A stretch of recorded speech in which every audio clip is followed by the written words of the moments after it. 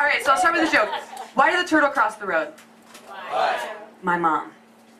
My mom is the kind of woman who will always save a turtle from oncoming traffic by veering off into the berm of the road, sprinting across multiple lanes of highway, and retrieving a turtle while her 3 young children are strapped into their car seats, cheering for her.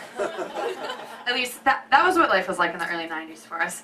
And after we would get the turtle, we would always stop whatever we were doing, and we'd drive our minivan to the nearest pond to let the turtle go.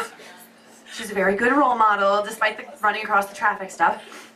But one afternoon, she had grabbed up a turtle under her arm, brought it back, she threw it onto the floor of the van as she always did, and it was clawing and scratching, and I said, you know, why don't we take it home? I could just take it for the day and, you know, learn how to feed a turtle lettuce. I was about 6 years old. She said, all right, that's a great idea. So we bring the turtle home, and she gives me a little box, I fill it with grass, and I sit in that front yard wagging lettuce under that turtle's nose for hours and hours. At the time, we lived in Texas, and in Texas, there comes a time of day when your hair will literally catch on fire if you're outside too long. So that time came, and I wasn't a very outdoorsy person. I just asked for the turtle because I love to beg, so I was like, go inside for a sandwich, come back out, and the turtle's gone. In fact, the entire box is gone, and the garbage man is kind of lumbering down the street. I go inside and I say, Mom, I'm so sorry, I didn't mean to throw the turtle away. She says, what kind of idiot would see a turtle in a box and think it was trash? So she says this as she's putting on her shoes. Next thing I know, I'm strapped into the seat of our minivan with this terrified expression on my face, and my mom is literally driving after the trash man to get the turtle back. Flash forward, growing up, we had a ton of pets, and we didn't just find them by the side of the road and get rid of them when we were done with them. But my mom was always the person we had to go through if we wanted to have pets. Whenever I asked my dad if we could have pets, he always said, talk to your mother. So we did. But living in Texas, my dad was actually good at one thing, which was every year we had a tadpole tank on our front porch. We would go into the creek behind our house, and we would get a bunch of water and algae and bring it back, swarming with baby tadpoles, and then throughout the summer we would watch as the tadpoles turned into frogs. So one day, we had just lugged up these huge buckets of water, and they're just teeming with hundreds of baby tadpoles, like the size of black peppercorns with little tails. Put them on the porch, go inside for another sandwich, and after just about a minute, my little brother Andrew, 3 years old, walks inside and says, Mommy, I let the tadpoles go. We rush out to the front porch, and Andrew has overturned the bucket onto the pebble sidewalk, and between the pebbles are these little tiny hemispheres of water, and each one is encasing one tiny wriggling tadpole. Hundreds. So my mother surveys the scene, and she sprints back inside and comes back out with 2 rubber-coated baby spoons.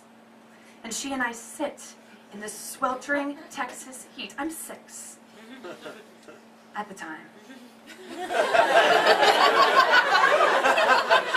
Scooping up these tadpoles and putting them back in the aquarium as the Texas sun just burns our shoulders and evaporates the water around us.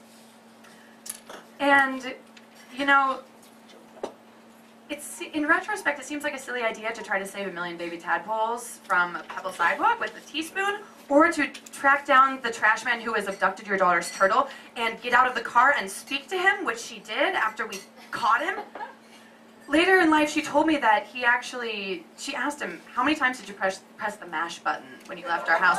And he said a few. But I could guarantee you, if there was still hope, she would have been up to her elbows in my neighbor's trash looking for that turtle, because that's the kind of person she was. And when I think back to all the stories about pets that we had, because we had millions of pets growing up, millions of pets, it really isn't about the end result, because normally a palm-sized pet has a life of like a bag of potato chips, you know? No matter what. But it's about the act of trying to save it. And I really think that my mom kind of taught me a compassion for life that I wouldn't have found elsewhere. And my little brother Andrew, who knocked over that aquarium, she didn't get the picture that he shouldn't have aquariums. So when he was 6, he knocked over a sea monkey castle onto her bed. When he was 12, he put a doorknob through a glass aquarium full of tropical fish that's spilled out into his bedroom. And now, because of her compassion, he is a marine biologist who specializes in endangered species handling and aquarium culture. As for me, I'm still a city girl at heart, but I still have my bleeding heart moments. Like a couple years ago, I was teaching at the school with these really high sycamore trees, and baby birds would drop from these things like flies. And one day I encountered a group of students who had surrounded a baby bird that had fallen from 12 feet in the air, and one child was he was reaching a rock over his head to crush it, and I grabbed the rock out of his hand. And I scooped up this baby bird. It was so small, its eyes weren't even open yet, and it looked like a raw sausage. Like you could see all of its little internal organs kind of poking out in all the wrong places. And I knew it was going to die, but I knew that it was my responsibility to take care of it. And I took it back to my room.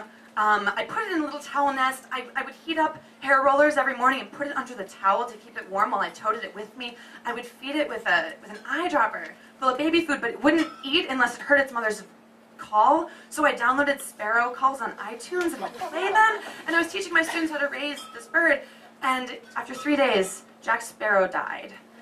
And I buried him in a little pine box with a little brass latch and a little cross on it, even though I'm not religious, under a little flowering bush. And I remember as I was trudging out from under that bush, one of my students saw me and they said, "What are you doing?" And the first thing I thought was, I'm becoming my mother.